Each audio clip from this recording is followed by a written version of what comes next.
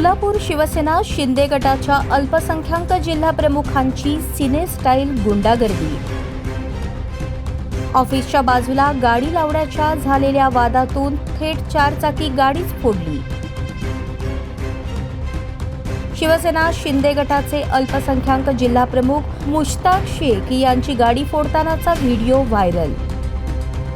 शहरातील बेगमपेठ परिसरात मुश्ताक शेख यांचे संपर्क कार्यालय आहे। यांच्या कार्यालयाच्या पाठीमागे अफसर शेख हे आपल्या कुटुंबासह राहतात।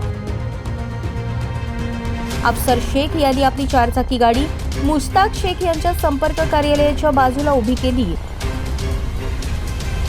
म्हणून मुश्ताक शेख आणि अफसर शेख यांच्यात वाद झाला। या वादातून मुश्ताक शेख यांनी थेट अफसर शेख यांची गाडीच फोडून टाकली।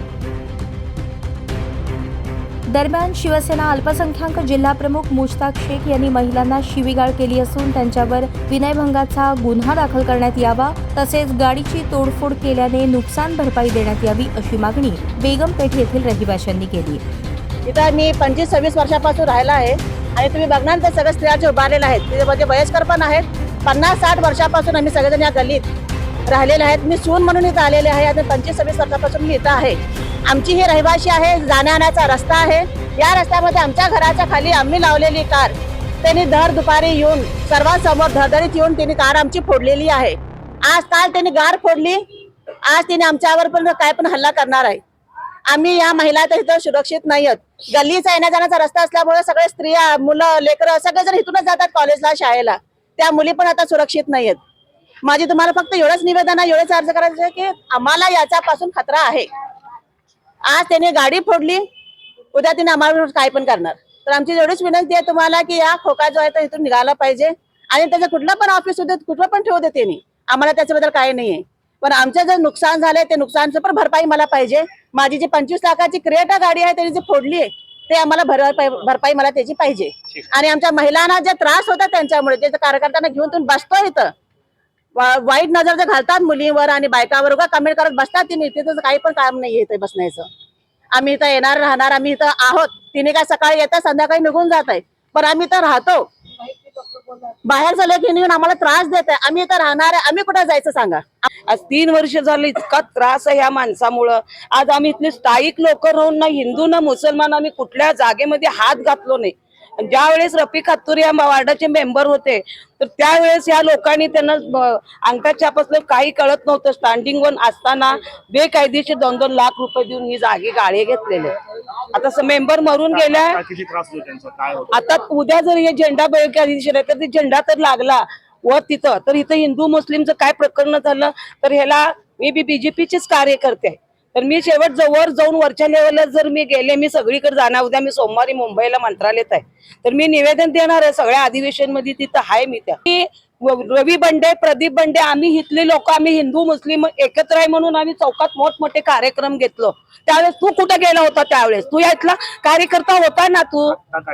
आता बी त्रास, आता ही गाडी फोडली उद्या आणि ते बाहेरचे जे सलगर वगैरे जे 2 माणसं येऊन बसतेत रात्री बेरात्री आमच्या या खोक्यामध्ये। आज आम्ही इथं कार्यकर्ते आहेत ना, भाजप शिवसेनेचे आहेत, राष्ट्रवादीचे आहेत, महिलांना सुरक्षित वाटत नाहीत। आज आमचे ते 2 माणसं 4 माणसं आल्यामुळे आमच्या या एरियामध्ये एवढा गोंधळ वाढलेला आहे बघा। उद्या आम्हाला धोकादायक आहे, हा एक खोकं इथं हल्लं पाहिजे। आमची मैत्री जवळजवळ 6 वर्ष आहे। आम्ही गुणागोविंदानं राहतो। इथं जर मुस्लिम हिंदू करण्याचा जर प्रयत्न चालू असेल तर तो आम्ही हाणून पाडू।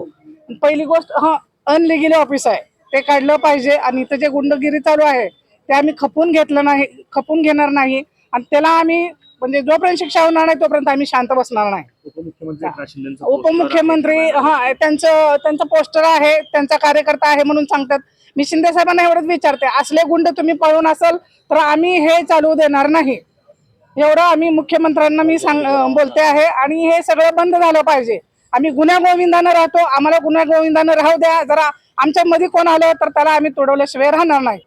तो ये 2 साल से उसका पूरे गली को तकलीफ है, 3 साल से गली को पूरी तकलीफ है। मुश्ताक शेख शिवसेना का है और हमारे शिंदे साहब से गुजारिश है उप मुख्यमंत्री के, ऐसे आदमी को आप नहीं रखना चाहिए कि पार्टी की छवि खराब होती है। हमारी रिक्वेस्ट है कि उसका पद काट के ये यहाँ से काटना, क्योंकि ये बहुत धोखेदायक है। इस पे कार्रवाई क्यों नहीं होती है, क्या वजह है? पुलिस में तकरार वगैरह करे नहीं कि इसके बारे में? पुलिस में कल सुबह में गए थे सिविल को, पाँव को मार बैठा है। जाने के सिविल से आने के बाद 4 बजे से लेके 7 बजे तक जो रोड में थे, राउत साहब बोले और रोजे का टाइम वहाँ हम निकल गए, कल सुबह में जरूर एक्शन लेंगे उस पर, राउत साहब बोले।